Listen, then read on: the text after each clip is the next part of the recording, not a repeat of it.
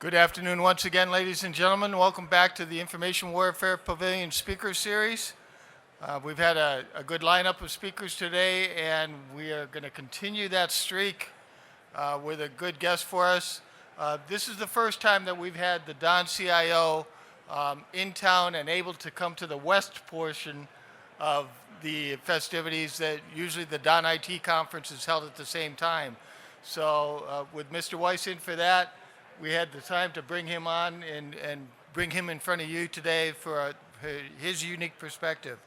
He's been the Don CIO since September of 2019. Before that, he was a senior advisor to the DoD CIO. He's got a great background in industry. I'm not going to read his bio. You can get that online and on the app. But he's the right man in the right job at the right time. And so I'm just going to turn it over to him. Mr. Weiss, over to you, sir.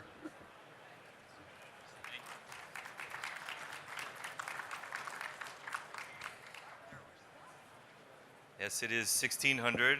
This is your last stop before cold beverages outside. So I got it. No, I appreciate you coming by. We're going to talk about Cyber Ready for a minute. But I want to talk about a little how this fits in. There's sort of three big things that we're trying to do from a Department of Navy perspective. We want to modernize the Department of Navy's infrastructure to bring it up to pace with where industry peers and others are at. On top of that modernized infrastructure, we want to drive innovation. And innovation is what creates competitive advantage for the Navy and Marine Corps, and competitive advantage is how we win. Along the way, we want to help the Navy and the Marine Corps and all of our DIB partners and our entire information environment ecosystem do a better job of defending the Department of Navy's information. Because for too long, we've been taken advantage of. We've not been doing a good job of defending the department's information, defending the nation's information, defending the taxpayers' information. So, modernize, innovate, defend. So how does Cyber Ready fit into that? And hopefully you'll see as we get into it, but I think this sits at the intersection of innovation and defend. And keep in mind, innovation doesn't always have to mean, oh, we've got some super cool emerging technology and we got SATCOM and we sprinkled a little AI in it and we built a thing. Sometimes innovation is just about thinking about a problem differently. Sometimes innovation means putting together a solution using the things we already have and using them in a better way for a better outcome. And it is my argument here that what you'll hear about in terms of Cyber Ready is just that. It's solving the problem of defending our information by thinking about the problem differently, by thinking about the problem from an innovative perspective. So what problem is it that we're trying to solve? We'll say something here that I think most people would tend to agree with. And it's an assertion that I've made sometime in the past. And it kind of came to a head a little over a year ago in a discussion with the CNO. And that is that it is my assertion, as a little old Don CIO, that the way that we do and the way that we approach the problem of cybersecurity is wrong. We're doing it wrong.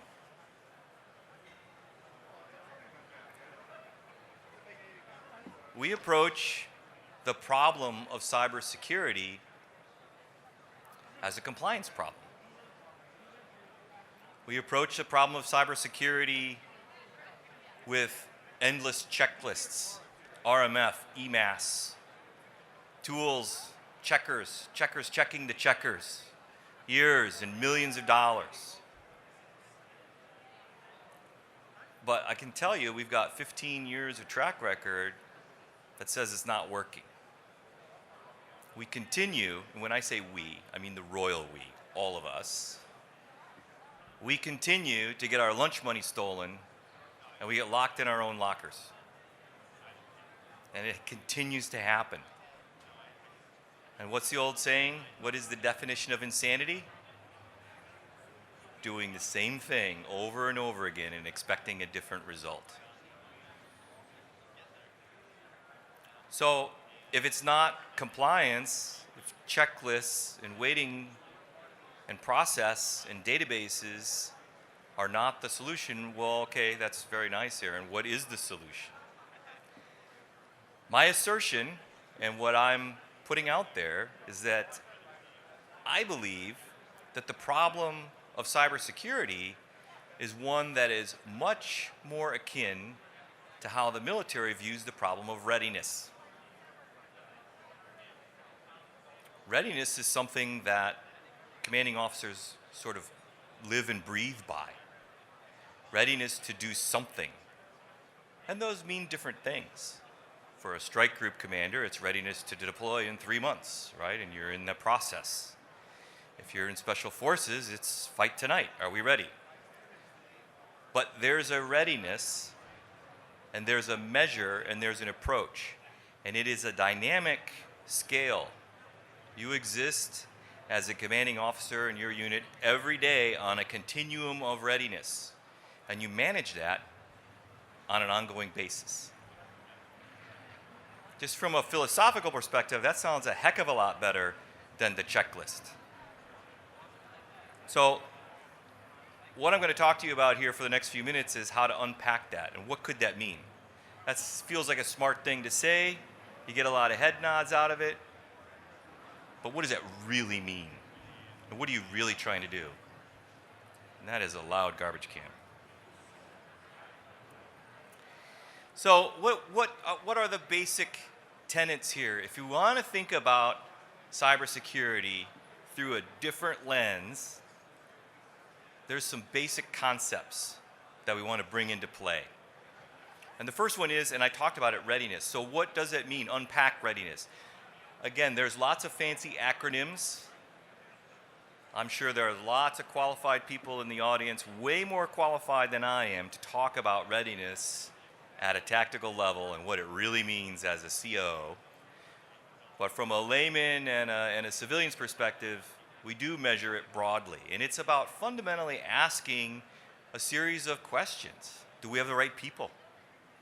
Are they trained and qualified for the mission? Do we have enough of them? Do we have the right equipment? Is the equipment dispatchable? Is the airplane going to fly? Do we have the right supply chain to sustain this?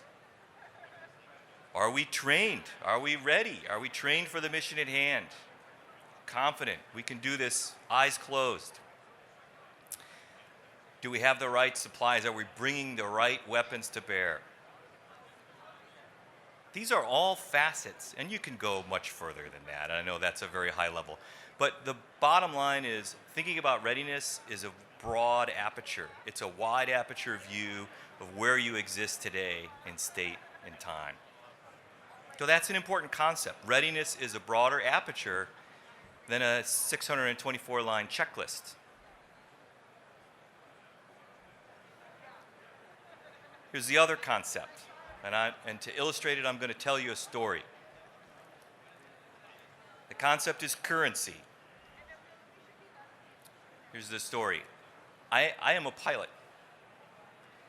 And I'm a pilot because a long time ago, I demonstrated a minimum level of competence behind the controls of an airplane to an FAA designated pilot examiner.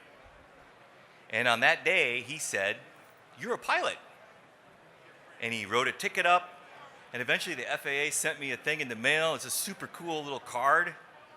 I have it in my wallet. I can show it to you. And you know what? It says I'm a pilot.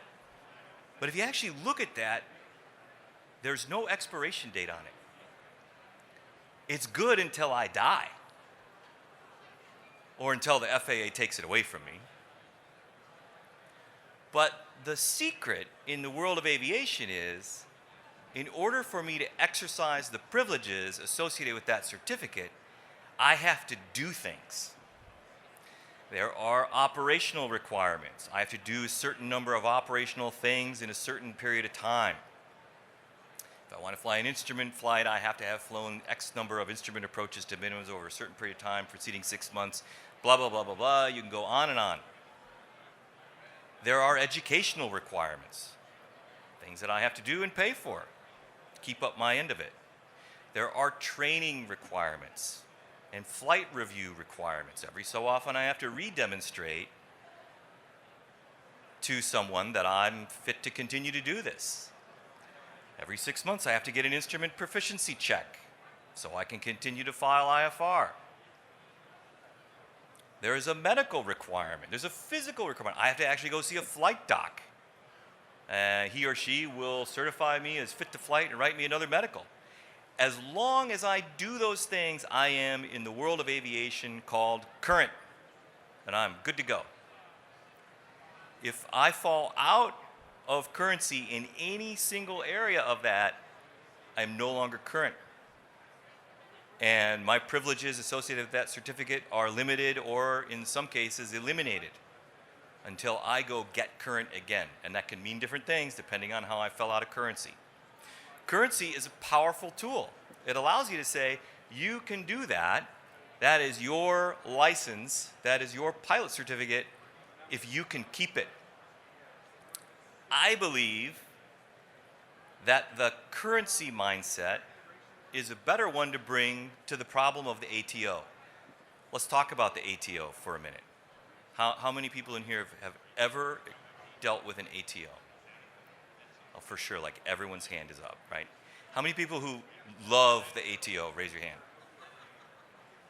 Wow, okay, so Matt, I'm gonna totally disappoint you. So what happens in an ATO?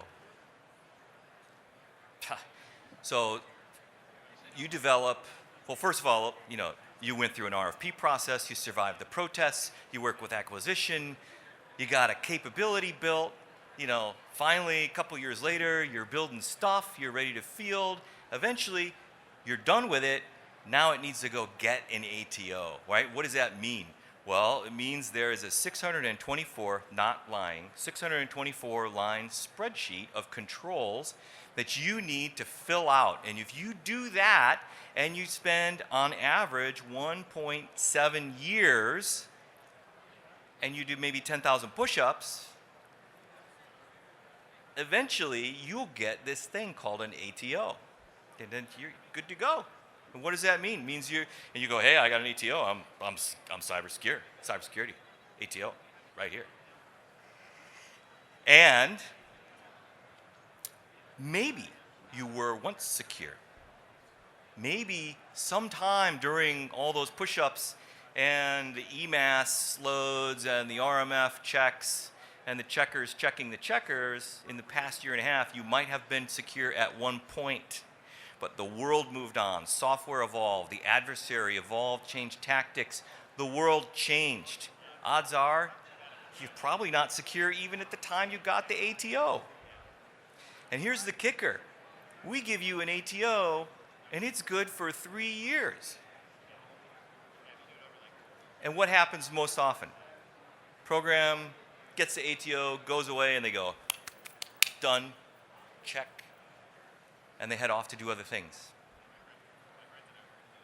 At the end of the 3 years, what happens? I can tell you exactly what happens because the Don CIO is the final stop of all high-risk escalations of expiring ATOs. It'll end up on my desk after it has spent countless hours in the halls of N2, N6 and Fleet Cyber and the local Syscom and the program office, and they're going to work through mitigations because you know what? For 3 years, you didn't do jack. And here you are, you're now a risk to the Navy, and we're gonna make sure that it's right. And we're gonna move heaven and earth to get you through a high-risk escalation process with a with a HRR, with a high-risk review, things we passed on SIPR. This is so important. We're gonna get you back to where you were so that we can repeat that cycle. That's the ATO. Does that sound right? Probably not. It probably does not sound right. We believe that this model of currency is a better model to bring to the problem of the ATO. You can get an ATO, and it is yours if you can keep it. So what does it mean to keep an ATO? Who's ever had to talk about it like that before? No, I got my ATO. It's yours if you can keep it. And so putting in place this idea that you must attain cyber currency for your given application or program is a critical one. Now you're going to hear a lot of fancy words about things like this across the DoD. They're going to call it ongoing ATO and continuous ATO. But for the purposes of this discussion, we're talking about a cyber-ready approach with a currency-based ATO. That's what we're talking about. And it's these two concepts that a team of people across the Navy and Marine Corps have taken over the last year and brought to the point where it is being brought to life now. This is more than slideware. This is happening. And so I want to talk about what that means. Cyber ready is the outgrowth of that. Now, knowingly, we're not calling it cyber readiness because then suddenly somebody says, well, it's a fleet readiness is a fleet problem. No, it's not what we're talking about. But we're talking about applying the philosophy of readiness here. This is cyber ready. And it is moving from what is a compliance-based problem, and you see over on the left side, and you see some eye-watering statistics here. Was it the average time to get an ATO is 17 months. I've talked to very few people who've gotten an ATO in 17 months. Average time, 17 months. Cost to the department, and I think this is conservative, but cost to the department is estimated at $1.1 billion a year to sustain the ATO process. My guess is it's a lot higher because that does not include all of the efforts that happen across the defense industrial base or the countless hours that are spent in high-risk escalations and reviews and mitigations, etc. I could tell you things that we can't talk about here that have led to programs of national importance that were horrific in cybersecurity, some of the worst cybersecurity I have ever seen in my 32 years of doing this. And when confronted, a program office says, but I have an ATO. That's interesting, but not sufficient. We want to move from that world, from the RMF, bring me a rock exercise, to this world where we are driving an ongoing currency-driven ATO which can be attained. And so how do you realize that? Well, this breaks down into several lines of effort. But importantly, this is across the entire life cycle of developing and sustaining a capability. And that leads to an important point. This is not a CIO thing. This is not a CISO thing. This is an all-of-department thing, and it can only be done with a strong partnership between acquisition and technology. So ASN RDA and Don CIO, we are partners in this. This only happens through the cooperation of all of this. The process also means that we have to inject these things into the acquisition life cycle. So rather than develop a capability and throw it over the wall at the end to get an ATO, it needs to be a part of how we develop this capability. It's a part of the acquisition life cycle. Jane Rathbun in my office likes to use the words born cyber, that we create programs that have cyber requirements built into them from the get-go. This is baked in and is a part of how a program is developed. And gate reviews and the acquisition development process means that's a part of it all along the way. Importantly, it also means that we are adjusting the roles. More accountability for cyber and ATO needs to be placed within the acquisition side of the house, and less into the checking side of the house. And we need to remove some of the onus from the authorizing official and move it into the program where accountability lies for the cybersecurity performance on an ongoing basis. And it's through the program office where currency will happen. And through the program office and their relationship then with the resource sponsor, where we know that this will be resourced on an ongoing basis because it's baked into it. It's born cyber. It's part of the requirements. This is how we get things done. There's several lines of effort that will lead to this. So when you unpack it, what does it mean? So remember we talked about thinking about it with a broader aperture, thinking about it with that wide readiness philosophy. So that means we need to look at how we measure that. Here it's called risk methodology, but it is how do we measure our state, right? If we're going to have a broad aperture, how do we want to measure that? And we've got to work through that, and that is part of this LOE1, which is how do you ascertain where you are? And it's going to mean new things. If we have a broader aperture, we're going to need to do more things. The next is bringing to life this idea of cyber currency. What does it mean to be current? What do you actually have to do? Again, as a pilot, I can tell you exactly what I have to do to remain current. From an acquisition program and a capability perspective, same thing. That I need to just be able to rattle that off. And there's a team working through that and building out what it means to be current from a cyber perspective. Here's an important one, another LOE called adversarial assessment. It's one thing to do the work and the spreadsheets and the checklists and the documentation. It's quite another to demonstrate it. Now, we have red teams, and we use them across the Navy and Marine Corps, but those are very dear resources. We have very few of those, and they are sent where they are needed the most. But almost every program would benefit from having that sort of examination. And so there are now tools on the market that are amazingly accurate in terms of their ability to emulate an adversary. And they can actually hack your system without any outside inference, and they can even be created to emulate the playbook of certain adversary groups. It's a very powerful concept. We've piloted it within the Naval Postgraduate School and elsewhere.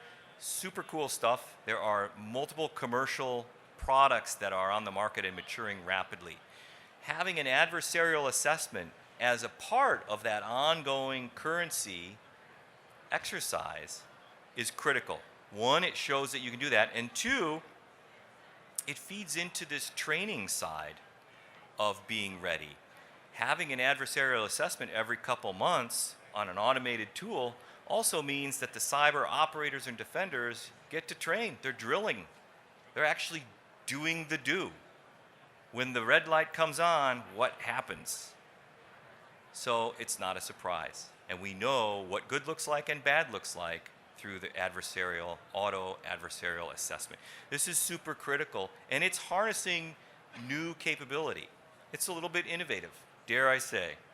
The fourth LOE are acquisition changes that have to happen within the acquisition process, life cycle, and even the makeup of teams. And it's bringing together not just the developers and the program office, but also the authorizer and the cyber operator into the same rooms throughout the process. So no more throwing it over the wall. And lastly is workforce. There are a number of changes that have to be done to workforce. First and foremost, Hondo Gertz reminded me of this when I was talking to him about this before he left. And I hadn't thought of this angle. And he said, you're going to have to think about the impact of workforce even beyond the Department of Navy. There are legions of people across the defense industrial base. There is a cottage industry across the defense industrial base centered around just the idea of getting an ATO. There are thousands of people who work on this on an ongoing basis. There are people who sit in buildings at major defense suppliers who have ATO in their job title. that's an entire construct that we're going to have to channel and use for good and not evil. But it is a process that we have to take people through to help understand how they're going to be useful in this different way of attaining ATOs and keeping ATOs. At the end of all this, what is the outcome? We have an ATO that you can get to with a smaller set of controls instead of 624. You know, the latest analysis that I saw from the team was it's a few dozen that really matter. And that you ought to be able to get your initial ATO in like a 90-day period and say, if I can hook this thing up to continuous monitoring and I can start adversarial assessment on me, I'm in pretty good shape. And if I know that on an ongoing basis, all of this data is being consumed down at NCDOC and fed into their broader defensive cyberspace operations view of the world, we're in a way better place than we were before. And then through applying this problem of currency, we put people on a path where they're attaining and reattaining the equivalency of an ATO on an ongoing basis. The assertion is faster time to capability, lower barrier to ongoing cost, and a better cybersecurity footprint for the Navy and the Marine Corps. It sounds a little simple. I'm telling you, it's wicked hard. This is built into how we do almost everything. And I'm not just talking about cyber ready for IT stuff. This is cyber ready for anything that we do. You name it, tactical systems, weapons platforms, you name it. This ought to be the model that we're applying. And the intent is that that's what happens. It's not going to happen overnight. This is not something that's done through a memo. This is something that we are iterating through and bringing to life in a very controlled way. We're starting with pilots focused around new capability for new ATOs, but eventually we have to identify a path for how a legacy 3-year ATO makes a transition to becoming a cyber-ready ATO. And it'll involve work and changes, but there's a payoff. My initial thought was that this would be a hard sell with program offices because it would feel like a lot of work, it'd feel like stuff we got to go through. And we went to brief the acquisition community several months ago, and we met with the PEOs and the DASNs from RDA in the Department of Navy. And the opposite was true. They all wanted to be in on it. And we're not talking like people wanting to put, the lunch menu in the mess on a cyber-ready ATO. Some of the marquee platforms that we use are stepping forward and saying, we want to go. And actually, it's a different problem. We have to say, okay, that's really cool, but we really do want to start it out on the menu in the Navy mess, right? Well, maybe a little better than that. But we want to start out at a smaller scale. We want to learn. We want to iterate, because it's not all going to be perfect. We're going to learn as we go along, and we're going to see how we fold that in while we fan this out. So that is what we're doing. It involves a lot of people. Again, it's bigger even than CIO and acquisition, and we have engaged a broad audience. Just within, the DoD, we've been with, as I said, the acquisition side of the world. We have talked to PCA and End-to-End 6, who are critical team member, the Marine Corps, DCI, critical team member. We've been to Fleet Cyber, Marforce Cyber, you name it. Across then sort of government, met with OSD. We've even talked to the DASD for readiness in OSD so that we don't get cross-threaded with anything that she's trying to do, as well as super backing from DoD CIO. We've been out to Fort Meade with the NSA, who loves it. And this is how fast things move. I didn't have a checkbox next to Defense Industrial Base, but literally just this morning, we met with the top CIOs of the major defense industrial base suppliers to the Department of Navy, and there's enthusiasm there for doing this. So we are reaching out across the universe of ATO, but again, super hard work. What's kind of scary is everyone looks at you, when you give them the story, they all go, yeah, That's good. I like it. And then you know that when you leave the room, they go, that guy's crazy, right? Because it's hard. It's hard to change a paradigm. It's hard to change sort of a current context. But it must be done. If we don't, it's just the definition of insanity. We can just go back to issuing 3-year ATOs, just keep doing what we're doing. It's all good. We'll keep NCIS and all of those people who follow up cybersecurity incidents with a steady flow of customers. So where are we? We have spent the last year doing organizing, designing, and then a series of pilots. The first series of pilots were focused on trying out specific ideas in those LOEs, in those concepts. So not deploying anything associated with cyber ready broadly, but saying, hey, let's go try that. Let's go do this. And we've learned a lot. Learned a lot through pilots, and we've been able to fine tune. And some of the stuff we just came back and said, oh, that just doesn't work. So let's try again. But done focused pilots. We're now at the point where we are kicking off end-to-end pilots. And so we have several programs that are now, and they are Navy and Marine Corps, enterprise IT and tactical. So it's sort of a mix of everything, who are willing to be part of the pilot process. And it's no promises. We're all going to learn. There's going to be some bumps along the way, but this is how we start to move out. And we are now at the point where we're starting to go broad with this within the department. We've been on a leadership tour to circle back with the key stakeholders, Fleet Cyber, Marforce Cyber, and several others, briefing the SecNav, bringing people up to speed, and we will soon be circling back out to that broader world, DoD, CIO, Cybercom, NSA, the rest, to update them on where we are. And so there's two things that I worry about here. So people go, that's cool, what's the problem? Well, the problem is it's really hard, and I worry that it will die a death by 1,000 cuts, right? It's easy to drag down good ideas, into the water. And so keeping the momentum, keeping the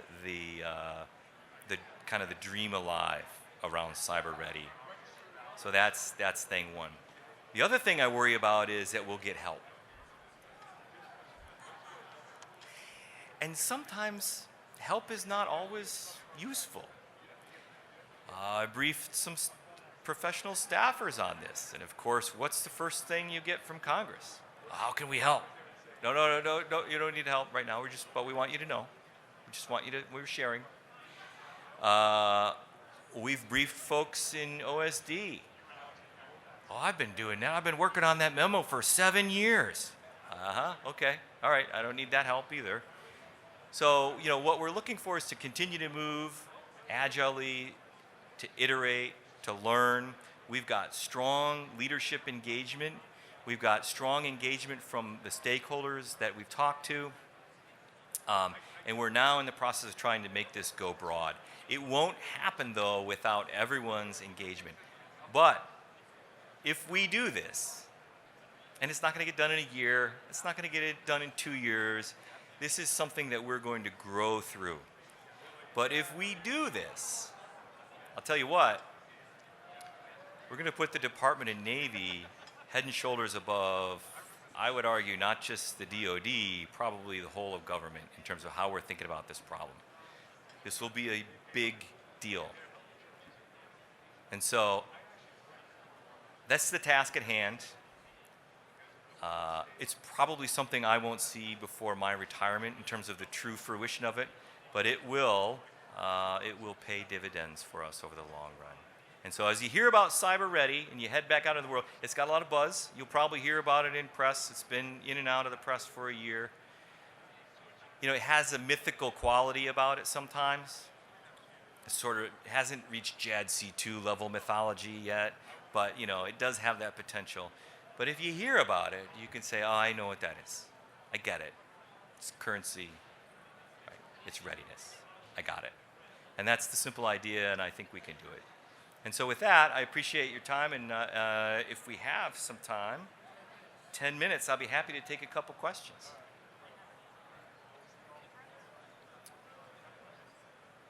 Oh,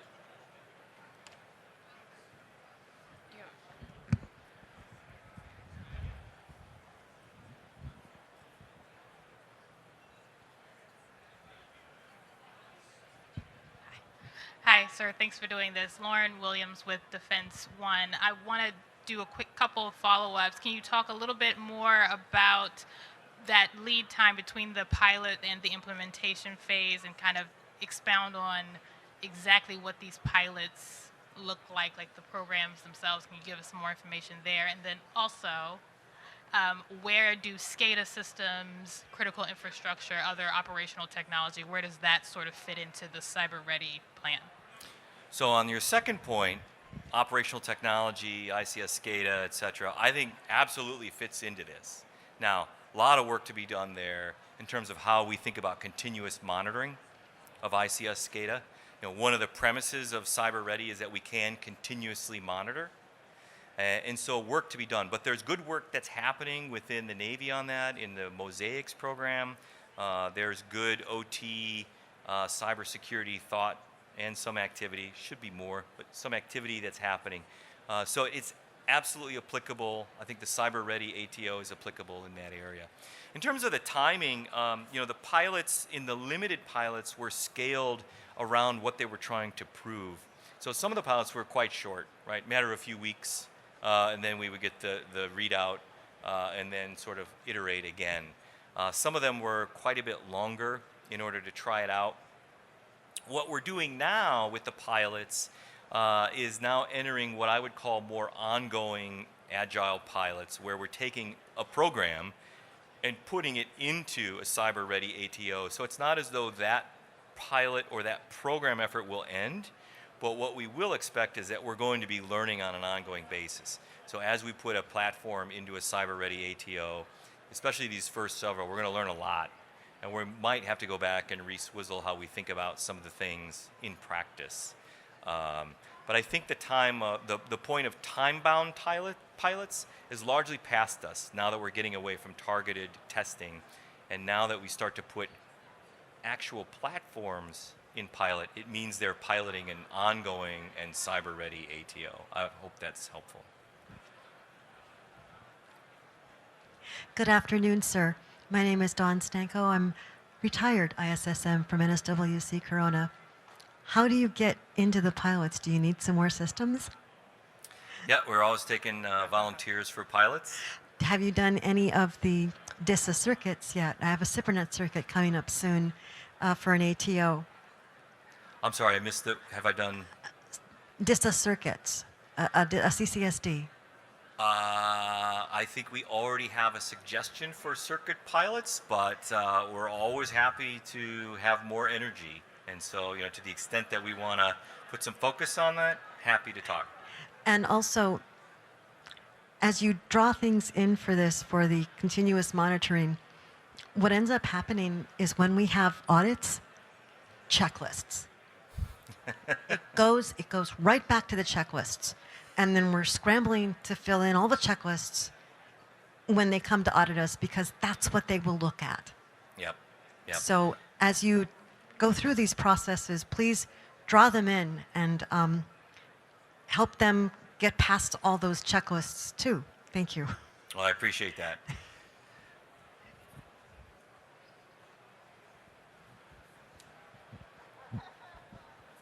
Hi, hi, Chris Chinikopoulos with Puppet.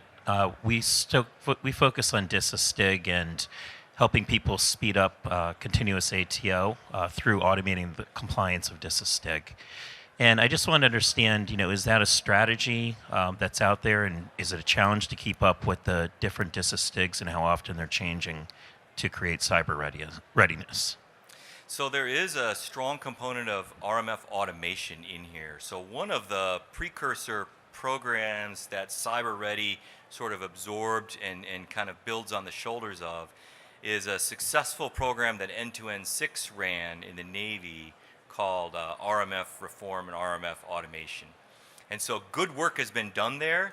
And so the automation tools that were associated with that are a part of this. I think the benefit of Cyber Ready is we've now been able to narrow the funnel down to what are the number of controls that we want to automate. Are we really after automating the whole list? And what is it? Because in some cases, continuous monitoring replaces the need for continuous RMF automation, if you will. And so absolutely automation is a part of it. In terms of disastigs as a specific use case, I think it's totally applicable. It's not currently a specific target or a project or program yet in terms of going after that. Hello, Yes, sir. Eric Florence, Veracode, application security testing from the cloud. Can you hear me? A little bit. Oh, okay, I get closer.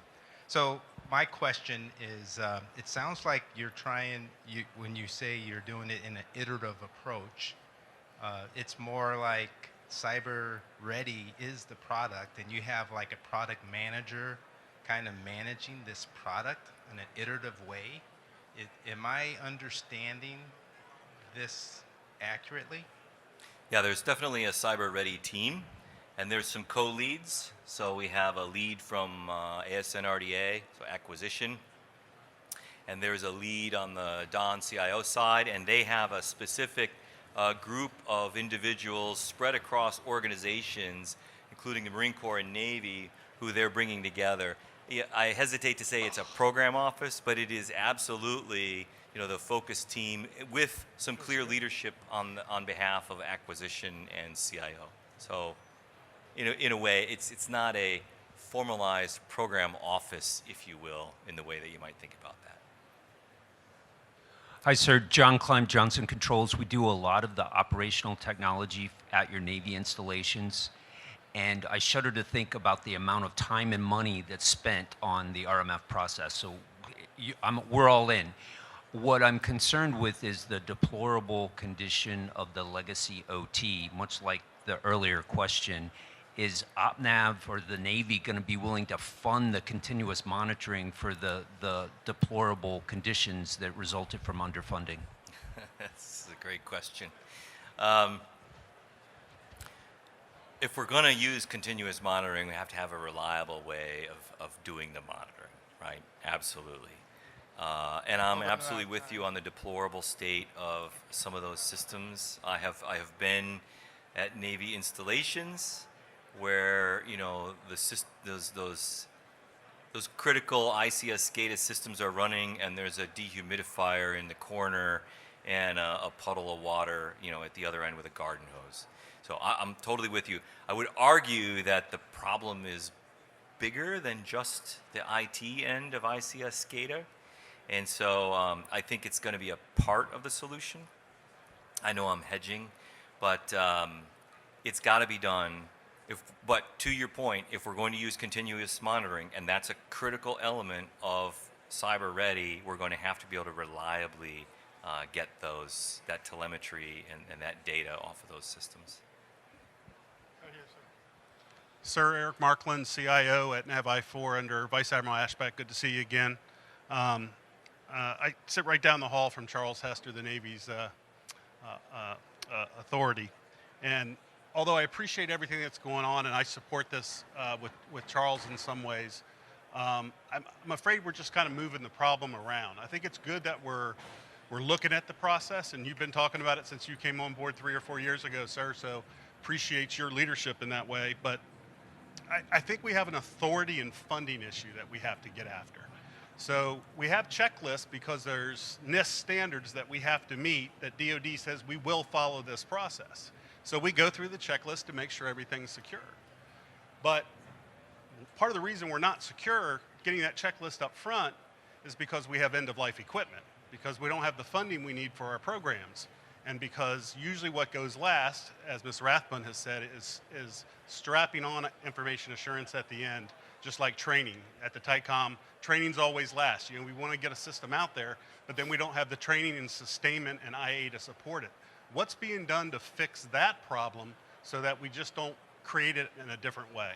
Yeah, First of all, I appreciate your comment about risk. We were recently sitting with Admiral Caudill, and he had a great comment, and he talked about risk in the way that we talk about the conservation of energy, right? The theory that no new energy is created or destroyed, it just moves around. And he had a theory he thought that applied to risk, that we don't create or destroy any risk, we just move it around, right?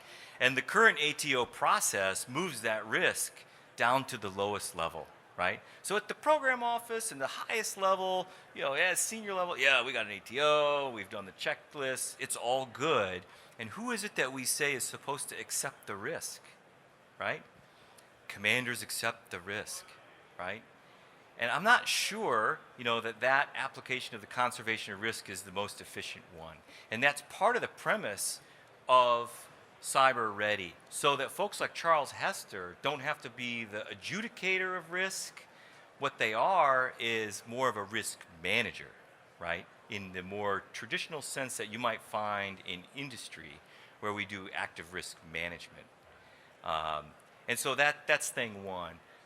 Thing two is, and you get at, and it's similar to the other gentleman's comment, which is, if we're going to do this, it's going to imply that there are funding ramifications in order to do that. And I don't disagree.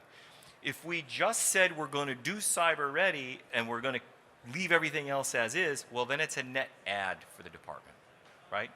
But you saw that stat up front, which is that we believe, I would argue conservatively, the cost of the current process is over $1 billion a year to the department, and to your point, it's probably way more.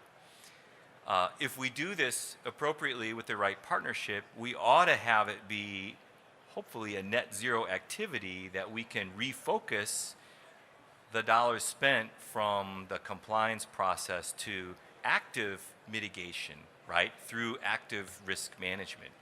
And that's where it will enable folks like Charles to be much more effective. They can actively work to say, I'm risk managing, we need mitigation here, this is okay, it passed its adversarial assessment. We might not love it, but yep, we can live with that. So I think it's a nuanced answer to the problem that you lay out. I don't disagree with any of your statements, but I think, as this becomes reality, that's part of what we're going to have to think about and how we do that. Because what we can't have is we're going to keep doing everything that we always did, and we're going to do this. That will not be success. Yeah. Last question. Sir Paul Ragard, Navair, just quickly, what's your vision of how modeling fits into your Cyber Ready? I think modeling is a critical part of this, right? And I didn't get on my industry soapbox. So coming from industry, this is sort of a side story. As a Fortune 500 CIO, we do not have, I never had, in the 15 years I was a CIO before coming to the department, never had the concept of an ATO. It didn't exist in two separate Fortune 500 companies. That does not exist. It's a creature of government. But what does exist in industry is this rigorous focus on what we call the DevOps process. We didn't say DevSecOps. That's another sort of government version of it. The DevOps process, and it has a singular focus on the efficacy of the promote to production process. And so you are super focused on what it takes to get from functional test, integration test, QA, promote to production, staging, and out. And all along the way, that's backed up with robust configuration management. So you know what's changing, right? Before it goes in, and you've done the change 5 times as it's moved through those various environments. That implies robust configuration management. And that is the application of, I would argue, modeling, in our world. That is, there's a lot of buzzwords for that. Infrastructure as code, right? Integrated modeling, but being able to backstop these cyber-ready ATOs with that robust configuration management actually brings us closer to the way that industry deals with this problem. And I am not arguing that industry is all right. So I don't want there to be well, Mr. Weiss thinks we just need to be industry. I am not arguing that. I actually believe that we're going to get to the Goldilocks between the two. If you think about what industry has done for the last 15 years, super focused on that promote to production process. And they're really good at it. Really, really good at it. But they have not been focused on the frameworks, right? And so now you see within industry, the absorption application of the NIST frameworks and many of these other cybersecurity frameworks, because they've realized, hey, we need a way to capture all this, right? And so they're sort of coming off of that, that extreme end of configuration management through DevOps and applying these frameworks. Versus government has probably started at the polar end, where we've lived and staked our livelihood on the framework, captured through RMF, right? And NIST and all those controls are in RMF, and every time a new one comes up, we'll put it in RMF, put it in EMS. Well, but we don't focus on the process, right? And so I think when we look at cyber ready, it's going to move us closer to that middle ground where we're focusing on the process through continuous monitoring, configuration management, things like this on an ongoing basis. Look, we're still going to have to do RMF at some level. You know, from congressional perspective, there's a statutory requirement that we capture these risk elements. We got to do it. But it's not enough to just do that. You cannot live by checklists alone. Again, back to the pilot analogy. Checklists are important as a pilot. You use checklists all the time. But you can't fly a plane by a checklist, right? But it's an integral part of what you're doing. So I think as we go through this process and as industry brings frameworks in, we're going to kind of co-arrive at the midpoint, maybe, which is probably the proper balance then between framework-driven life and an operational process-driven life. All right, thank you very much, sir. Appreciate you coming in and joining us today. So thank you very much. All right, thanks for having us.